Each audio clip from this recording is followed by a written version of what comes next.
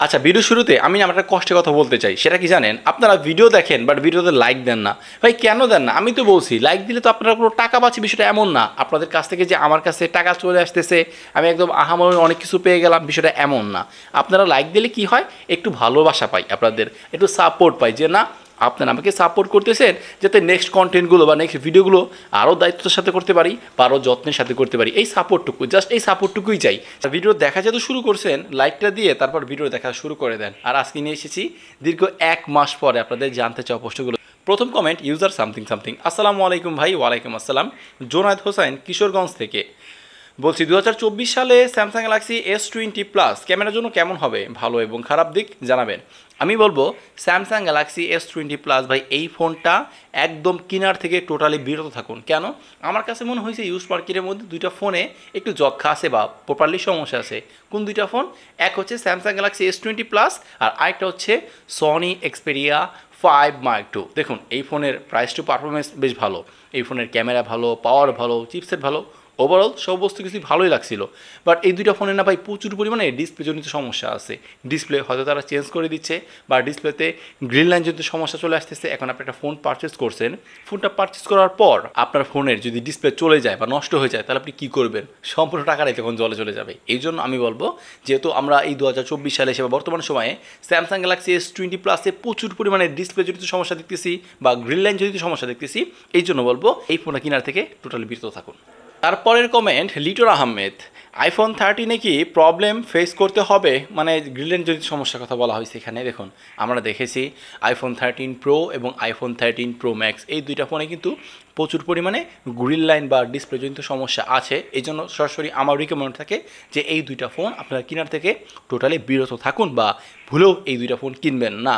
আর iPhone 13 কথা যদি বলি, এই ফোনে কিন্তু আমরা আহামরি ওইরকম গ্রিন লাইন বা ডিসপ্লেজনিত সমস্যা পাই নাই। তবে একটা ইউনিটে একটা ফ্রেন্ড সে শেয়ার করেছিল যে এই সমস্যাটা পাইছে। বাট আইফোন 13 সিরিজে আমি বলবো যে আমার ইউজার এক্সপিরিয়েন্স থেকে বা আমার দেখা ওইরকম প্রবলেম আমরা যেহেতু পাই নাই, সেই ক্ষেত্রে বলা যায় আইফোন 13 যেহেতু আপনার 60 হার্টজের প্যানেল, এইটা ডিসপ্লেজনিত সমস্যা থেকে মোটামুটি অনেকটাই সেফ। আচ্ছা, ব্যাচেলার ভাইয়ের কমেন্ট, ভাই আইফোন এক্স নাকি আইফোন SE 2020 কোনটা ভালো হবে? এই দুইটা ফোনের মধ্যে এখন আপনার ডিমান্ড বা আপনার নিডসটা বুঝতে হবে, আপনার কোন দিকের ডিমান্ড আছে। আপনার যদি পারফরমেন্সের ক্ষেত্রে একটু বেশি ডিমান্ড থাকে যে আপনার না পারফরমেন্সটা ভালো হওয়া চাই, পারফরমেন্সের বিষয়ে আপনি কোনো কম্প্রোমাইজ করবেন না, ডিসপ্লে, ব্যাটারি ব্যাকআপ এই নিয়ে আপনার তেমন কোনো মাথা ব্যথা নাই, তাহলে অবশ্যই আইফোন SE 2020। আর যদি বলেন যে না রিয়েল লাইফে নর্মাল ইউজ করব, আমার ডিসপ্লের ক্ষেত্রে আমি কন্টেন্ট ওয়াচিং এক্সপিরিয়েন্সটা আমার ভালো হতে হবে, পাশাপাশি ব্যাটারি ব্যাকআপের জায়গাটা কিছুটা স্ট্রং হলে বেটার হয়, তাহলে অবশ্যই বলবো সেখানে কিন্তু আইফোন এক্স। কারণ আইফোন এক্সএসে আপনি বেশ ভালো বড় সড়ো একটা ডিসপ্লে পেয়ে যাচ্ছেন, ব্যাটারি ব্যাকআপটা মোটামুটি ভালোই পাওয়া যায়, আর ডে টু ডে লাইফে নর্মাল ইউজে মোটামুটি ঠিকঠাক আছে। এখন পারফরমেন্সটা বিবেচনা করলে অবশ্যই আইফোন SE 2020। আর যদি ডে টু ডে লাইফে নর্মাল ইউজ করবেন টুকিটাকি কাজবাজের জন্য, হ্যাঁ আইফোন এক্স সেই ক্ষেত্রে আবার ঠিকঠাক আছে। এখন আপনার ডিমান্ড অনুযায়ী ওইভাবে আপনার পছন্দের ফোনটা নিয়ে নিতে পারেন। তারপর মোহাম্মদ নাহিদ ভাইয়ের comment, second hand phone Samsung Galaxy S21 ultra versus pixel 7 pro কোনটা ভালো হবে?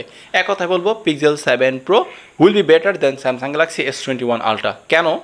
স্যামসাং গ্যালাক্সি S21 আলট্রা এই ফোনে কিন্তু প্রচুর পরিমাণে ডিসপ্লে জনিত সমস্যা আছে। দ্যাটস ওয়াই আমি এই ফোনটা কেনার থেকে একটু বিরত থাকার চেষ্টা করে থাকি বা কেনার জন্য ওইরকম রিকমেন্ড করি না। তবে পিক্সেল 6 প্রো এই ফোনটা কিন্তু অতটা পাওয়ার এফিসিয়েন্ট ফোন না, এই ফোনে কিন্তু আহামরি ওইরকম পাওয়ার পাওয়া যায় না। দেখবেন আপনি গেমিং করতে গেলে পিক্সেল 7 প্রো থেকে ওইরকম পারফরমেন্সটা পাবেন না। সো দ্যাটস ওয়াই এটা বিবেচনা রাখতে হবে। আপনি যদি পিক্সেল 7 প্রোটা কিনেন, যদি গেমিং লাভার হয়ে থাকেন, তখন কিন্তু আবার এখানে পিক্সেল 7 প্রোটাও রিকমেন্ড করা যায় না। আসলে এই বাজেটে তখন অন্য অন্য ফোন দেখতে হবে। এখন আপনার যদি গেমিং সেশনে ডিমান্ড না থাকে, টুকিটাকি গেমিং করবেন, ডে টু ডে লাইফে নর্মাল ইউজ করবেন, ক্যামেরার ক্ষেত্রে একটু বেশি আপনার প্রাধান্যতা আছে বা ডিমান্ড আছে, তাহলে পিক্সেল 7 প্রোটা আপনার জন্য বেস্ট হবে। তারপর মোহাম্মদ মহিদ ইসলাম, ভাই স্যামসাং গ্যালাক্সি কোয়ান্টাম 2 এর একটা ভিডিও দেন, 2024 সালে কেমন হবে? আমি বলবো স্যামসাং কোয়ান্টাম 2 বা স্যামসাং A82 এই ফোনটা না কেনাটাই আসলে বুদ্ধিমানের কাজ। কারণ এই ফোনেও কিন্তু প্রচুর পরিমাণে ডিসপ্লেজনিত সমস্যা আছে। আর বেসিক্যালি হয় কি, দেখুন বর্তমান সময় ইউজড মার্কেটে Samsung S20, S20 plus, Samsung quantum 2 বা 82 এই ফোনগুলো না ম্যাক্সিমাম ফোনের যারা সেল করতেছে, প্রতিটা ফোন ধরতে গেলে ম্যাক্সিমাম প্রতিটা ফোন না, অধিকাংশ ফোনের ডিসপ্লেগুলো তারা চেঞ্জ করে তারপর সেল করতেছে। এখন আপনি একটা এমন ফোন পারচেস করতেছেন, ওই ফোনের ডিসপ্লেটাই চেঞ্জ। তো এই ক্ষেত্রে আসলে আমার মনে হয় না যে কোয়ান্টাম 2 কেনার আসলে ওইরকমভাবে কোনো ভ্যালু আছে। আপনি এই বাজেটে আসলে অন্য অন্য ফোন আছে যেগুলো এগুলো চাইতে হয়তো অনেক বেশি বেটার হবে। তো সেই জায়গা থেকে আমার রিকমেন্ড থাকবে যে স্যামসাং A82 এই 2024 সালে এসে না কেনাটাই বুদ্ধিমানের কাজ। আমার মনে হয় না, যেহেতু এই ফোনটা খারাপ, দ্যাটস ওয়াই আমরা এই ফোনটার আর ঘটা করে 2024 সালে এসে রিভিউ করবো। User something Sony Xperia 10 Mark III ভালো হবে নাকি এক্সপেরিয়া 5? আমি বলবো নিঃসন্দেহে সনি এক্সপেরিয়া 10 Mark IIIটাই ভালো হবে যদি দুইটার সাথে আমরা কম্পেয়ার করি। তারপর রাবিরাজ ভাইয়ের কমেন্ট, আসসালামু আলাইকুম আলামিন ভাই। ওয়ালাইকুম আসসালাম। আমি একটা মোবাইল কিনবো, তবে আপনার কাছে হেল্প চাই। এখন স্যামসাং গ্যালাক্সি S21 নিব নাকি পিক্সেল 6 নিব? আবার শুনলাম পিক্সেল 6-এ নেটওয়ার্ক ইস্যু আছে, প্লিজ রিপ্লাই দিয়েন। হ্যাঁ, পিক্সেল 6-এ নেটওয়ার্ক ইস্যু আছে, পাশাপাশি ওই পিক্সেল 6 কিন্তু আহামরি ওরকম আপনি পাওয়ারটা পাবেন না, মানে পাওয়ার এফিসিয়েন্ট ফোন না। আপনি গেমিং টেমিং করতে গেলে পিক্সেল 6 থেকে আহামরি ওইরকম পারফরমেন্সটা পাবেন না যেটা আপনি স্যামসাং গ্যালাক্সি S21 পাবেন। তো ওভারঅল বিবেচনা করলে হ্যাঁ, স্যামসাং গ্যালাক্সি S21-এর ডিসপ্লেতে গ্রিনল্যান্ডজনিত কিছুটা ভয় আছে বা সমস্যা আছে, বাট আহামরি না। তো এই দুটো ফোনের মধ্যে আমার রিকমেন্ড থাকবে স্যামসাং গ্যালাক্সি S21টাই দেখতে পারেন, ওভারঅল ওইটাই বেটার হবে। তারপর নিলয় ব্লগ, ভাই আমি iPhone 13 Pro ইউজ করি, বাট iOS আপডেট করি ডিসপ্লে প্রবলেম হয়, তারপর ডিসপ্লে চেঞ্জ করি, এখন কি iOS আপডেট করব? দেখুন, আপডেট করার ফলেই কিন্তু ম্যাক্সিমাম আইফোনে এই সমস্যাটা হচ্ছে। এখন আপডেট আমি দেখেছি এমনও হয়েছে আমার কিছু ফ্রেন্ডের, তারা ফোনের ডিসপ্লে চেঞ্জ করছে, দেন আপডেট দিছে, তারপর আবার ওই ফোনে সমস্যা হয়েছে বা ওই ফোনের ডিসপ্লেতে সমস্যা হয়েছে। এখন ডিসপ্লেতে ভাই আপডেট দিলে সমস্যা হতে পারে, এই বিষয়ে আসলে আমি কোনো গ্যারান্টি দিতে পারবো না। যদি কপালটা ভালো থাকে তাহলে অবশ্যই এখানে হয়তো প্রবলেমটা দেখা দিবে না, বাট কপাল খারাপ থাকলে বস সমস্যা চলে আসতে পারে। মোহাম্মদ হামিদুল ভাইয়ের কমেন্ট, সবচেয়ে বাজে ফোন থাকলে Samsung Galaxy S20 Plus 5G সবচেয়ে বাজে ফোন। সবার কাছে অনুরোধ, এই ফোনটা কিনবেন না। আমি নিজেও ধরা খাইছি, অনেক টাকা দাম কিন্তু অনেক বাজে ফোন। হ্যাঁ, এই একই কথাটা আমিও বলবো। দেখুন, Samsung Galaxy S21 Plus 5G এই ফোনে যেহেতু আপনার গ্রিনলাইনজনিত সমস্যা আছে, আর বর্তমানে মার্কেটে স্যামসাং গ্যালাক্সি S20 Plus আমি দেখছি ম্যাক্সিমাম ফোনের ডিসপ্লেগুলো না দোকানদাররা বা সেলাররা তারা ডিসপ্লে চেঞ্জ করে তারপর সেল করতেছে। মানে আপনি যে ফোনটা কিনতেছেন অথেন্টিক ডিসপ্লে পাচ্ছেন না, বা আপনি ইউজ প্রোডাক্ট পাচ্ছেন না, আপনি ফোন পাচ্ছেন ওটা রিফারবিশড ফোন। তো সেক্ষেত্রে আমি বলবো স্যামসাং গ্যালাক্সি S20 Plusটা এই 2024 সালে এসে একদম স্কিপ করে যাওয়াটাই বুদ্ধিমানের কাজ।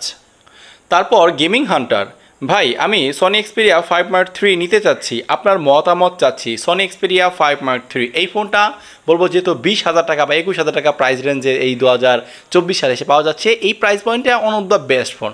তবে এই ফোনের আমি দেখলাম, আমি রিসেন্ট টাইম অনেক কমেন্ট পাচ্ছি বা অনেক মেল পাচ্ছি যে এই ফোনেও গ্রিনল্যান্ড জনিত সমস্যা আছে বা ডিসপ্লে জনিত সমস্যা হচ্ছে। অনেকের আসলে ফোনে ইতিমধ্যে পড়েও গিয়েছে। দ্যাটস আমি বলবো যে আসলে খাল কেটে কুমির না আনাটাই ভালো। সেই ক্ষেত্রে অন্য অন্য ফোন দেখতে পারেন। সনি এক্সপেরিয়া 5 Mark IIতে যেরকম গ্রিনল্যান্ডের সমস্যা হচ্ছিল, সনি এক্সপেরিয়া 5 Mark IIIতেও ওইরকম সমস্যা মোটামুটি দেখা দিচ্ছে। তো সেক্ষেত্রে এই ফোনটা না কেনাটাই বেটার। তারপর বিডি নীরব গেমার, ভাই iPhone 12 Pro রিভিউ চাই। iPhone 12 Pro নিয়ে তো রীতিমতো আমাদের চ্যানেলে রিভিউ দেওয়া আছে, আমাদের চ্যানেলটা ঘুরে এসে রিভিউটা দেখে নেন, ওখানে সমস্ত কিছুর উত্তর পেয়ে যাবেন।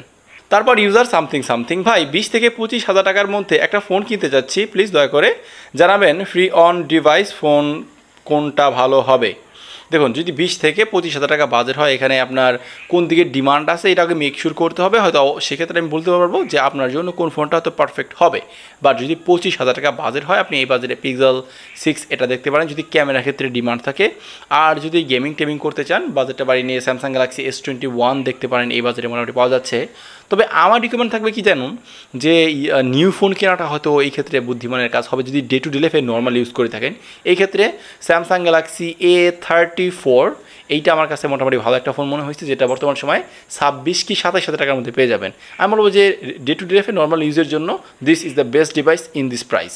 তারপর ফারুক কাজী ভাইয়ের কমেন্ট, থ্যাংকস ইউ ভাই, অনেকদিন পর একটা ভালো রিভিউ পেলাম। প্লিজ সনির মধ্যে কোন ফোন কিনলে ভালো হবে একটু বলবেন। Budget 35K। বাজেট যদি 35K হয়, অবশ্যই সনি এক্সপেরিয়া 1 Mark IVটা আসলে এই প্রাইসে পাওয়া যায় না। বাট আমি বলবো যে যদি কিনতে চান, সনি এক্সপেরিয়া 1 Mark IVটা হালকা একটু বাজেটটা বাড়িয়ে নিয়ে 40,000 টাকার আশেপাশে হয়তো পড়বে ইউজড মার্কেটের ফোনের ক্ষেত্রে। তো এই ফোনটা কিনা ট্রাই করুন। যদি বলছে সনি এক্সপেরিয়া 1 Mark IV এটা one of the best phone এই বাজেট সেগমেন্টে, তো ওইটা আমার রিকমেন্ড থাকবে। আর সনি এক্সপেরিয়া 1 Mark IV নিয়ে তো রীতিমতো আমাদের চ্যানেলে রিভিউ দেওয়া আছে, আমাদের চ্যানেলটা ঘুরে এসে রিভিউটা দেখে নেন, আরও মোটামুটি ধারণা পেয়ে যাবেন যে 2024 সালে এসে মূলত এই ফোনটা কেমন পারফরমেন্স দিচ্ছে। তারপর বাসার ভাই জানতে চেয়েছেন, ভাই ব্যাক ক্যামেরার ভিডিওতে নিজের ফেস না দেখিয়ে আশেপাশের ভিডিও করলে বুঝতে বেশি সুবিধা হয়। হ্যাঁ, আমি কিন্তু দেখুন বেসিক্যালি যখন রিভিউ করে থাকি ওই ফোনটা আপনার ব্লগিং করার জন্য কতটুকু সুইটেবল হতে পারে তারই একটা ধারণা দেওয়ার চেষ্টা করি। আমরা কিন্তু আশেপাশে ওরকম ভিডিও করি না, বেসিক্যালি আমরা ফোনের ক্যামেরা দিয়ে দেখবেন অনেকে ব্লগিং করতে চায়। তো ব্লগিংয়ের ক্ষেত্রে আমি যখন এই ফোনটা রিভিউ করি ওই ফোনটা কতটুকু সুইটেবল বা কতটুকু উপযুক্ত সেটারই ধারণা দেওয়ার চেষ্টা করি বলে হচ্ছে আমি নিজের ফেসটা দেখিয়ে ওই ব্লগিংয়ের একটা উদাহরণ দেই। তবে ট্রাই করব পাশাপাশি আপনার আউট ভিডিওগুলো দেখার ফেসের বাইরে। হ্যাঁ, চেষ্টা করব নেক্সট ভিডিওগুলোতে। তারপর আকাশ হোসেন ভাইয়ের কমেন্ট, আইফোন 12 প্রো, 13 প্রো কোনটা ভালো হবে প্লিজ বলবেন, ডিসপ্লে ইস্যু যেন না হয়। এক কথায় আইফোন 12 প্রো ম্যাক্সটাই সেক্ষেত্রে বেটার হবে, কারণ আমরা জানি আইফোন 13-এ টুকিটাকি সমস্যা না পাইলেও মোটামুটি একটু চান্স থাকে, আর আইফোন 13 প্রো আর প্রো ম্যাক্সে তো কথা না বললেই নয়। সেক্ষেত্রে প্রচুর পরিমাণে গুলিয়ান সমস্যা পেয়েছি, বা আইফোনের মধ্যে সবচাইতে ডিসপ্লে জনিত সমস্যা পেয়েছি আইফোন 13 প্রো আর প্রো ম্যাক্সে। তো এই ক্ষেত্রে আইফোন 12 প্রো ম্যাক্সটাই দেখতে পারেন, সেটা বেশ ভালোই হবে। আচ্ছা, দেখে নিচ্ছি আমাদের লাস্ট কমেন্ট। ভাইয়া iPhone 12 128 display and battery change, আইফোনটা কি 20,000 টাকা দিয়ে নেওয়া ঠিক হবে আশা করি বলবেন। দেখুন, আপনাকে যে ডিসপ্লেটা দিছে বা যে ব্যাটারিটা লাগিয়েছে সেই ব্যাটারিগুলো কতটুকু অথেন্টিক, যদি মোটামুটি ভালো কোয়ালিটি ডিসপ্লে লাগিয়ে থাকে বা মোটামুটি ভালো হয় সেক্ষেত্রে তবুও কিন্তু এই ফোনটা যদি আইফোন 12 128 জিবিটা পেয়ে থাকেন তবুও সাজেশন করার মতো। এখন আপনার বুঝতে হবে যে ডিসপ্লের কোয়ালিটি কতটুকু ভালো বা ব্যাটারিটা কতটুকু ভালো, এগুলো বিবেচনা করে যদি চেক করে নিতে পারেন তাহলে অবশ্যই 20,000 টাকা আইফোন 12 মোটামুটি ভালো একটা ফোন হবে। তো এই তো ছিল আমাদের ভিডিওটা। হ্যাঁ, আমি জানি অনেকের প্রশ্ন তো রীতিমতো মিস করে ফেলেছি, এই জন্য করজের আবার ক্ষমা চেয়ে নিচ্ছি। তবুও বলবো আপনাদের জানতে চাওয়া প্রশ্নগুলো কমেন্ট বক্সে করে ফেলুন, আমি রিপ্লাইয়ের মাধ্যমে বা নেক্সট ভিডিওতে আপনাদের জানতে চাওয়া প্রশ্নগুলো নিয়ে হাজির হয়ে যাব। আর একটা কথা, হ্যাঁ একইভাবে বলবো যে অবশ্যই ভিডিওটা যদি দেখেছেন যদি একটু ভালো লাগে একটা লাইক দিয়ে দিন, আমার ডিমান্ড জাস্ট আপনাদের লাইকটাই। ভালো থাকবেন, সুস্থ থাকবেন, আল্লাহ হাফেজ।